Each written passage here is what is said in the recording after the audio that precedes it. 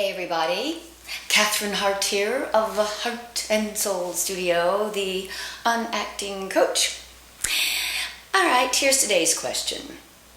What is your true value? Alright, it's not a trick question, honestly. But when you ask that of an actor, and by the way, this video is not just for actors, this is about everybody, especially in our Western society, who all believe that they are what they produce and not really who they are. That's the value. So, alright, let me ask you this. When was the last time that you went up to one of your actor friends and said, "How are you today?" And they said, "Oh, I just was up for a Coke commercial. I didn't get it, but oh gosh, I just got to bet." Instead of saying, "Oh, my child just lost their first tooth." All right? We work in a business that is kind of consuming, and we really do need to be obsessed with it, because otherwise you're not driven enough. There's something about that creative juice, or anything that you do that you really love. It doesn't have to be something in the performing arts industry. It could be something else you do that you absolutely love and are driven to do great. That is a positive, that you're really driven. But if it starts to consume you, if it starts to be the only thing that you think you do in life, I think you have a problem. And our industry really breeds that. I mean, in Hollywood, if you walk into a cafe with your best friend, they're at some point looking over your shoulder to see if someone better came in the room. Or if you got great reviews, everyone loves you. If you had a hit movie, they give you the best table. And if you have a flop as your next movie, they don't know who you are and they look as if you don't exist. So this business kind of tends to nurture our neuroses and paranoia and desperation and greed and need, but you don't have to go there.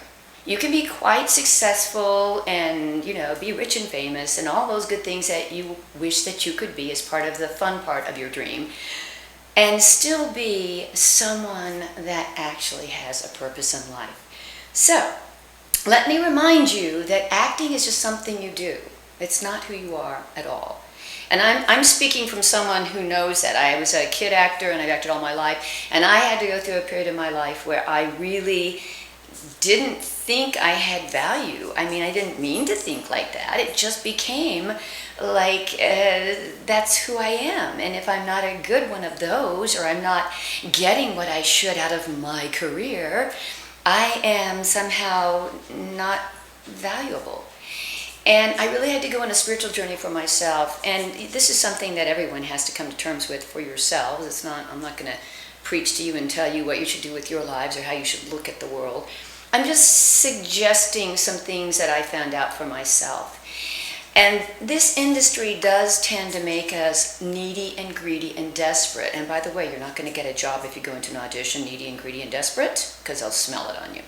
So the more balanced you are, actually the better chance you have of getting work.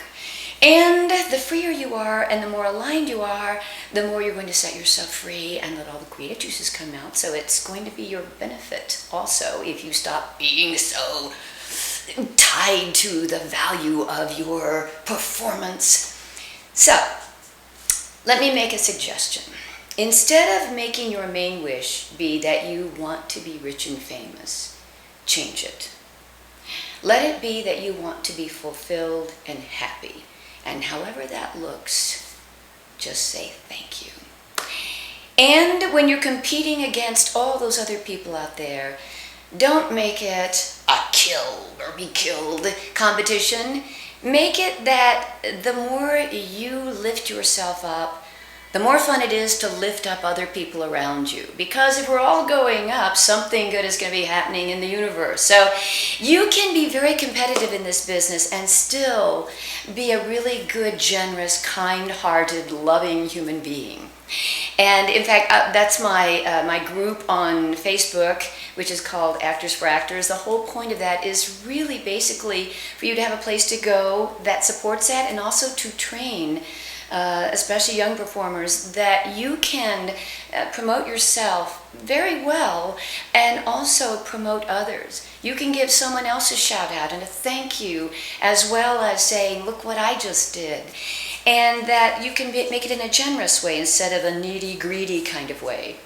And also to remind you that the art of acting is not the same as the business of acting. The art of acting is, I love this because, make sure you know why you love this. Do it because of why you love it.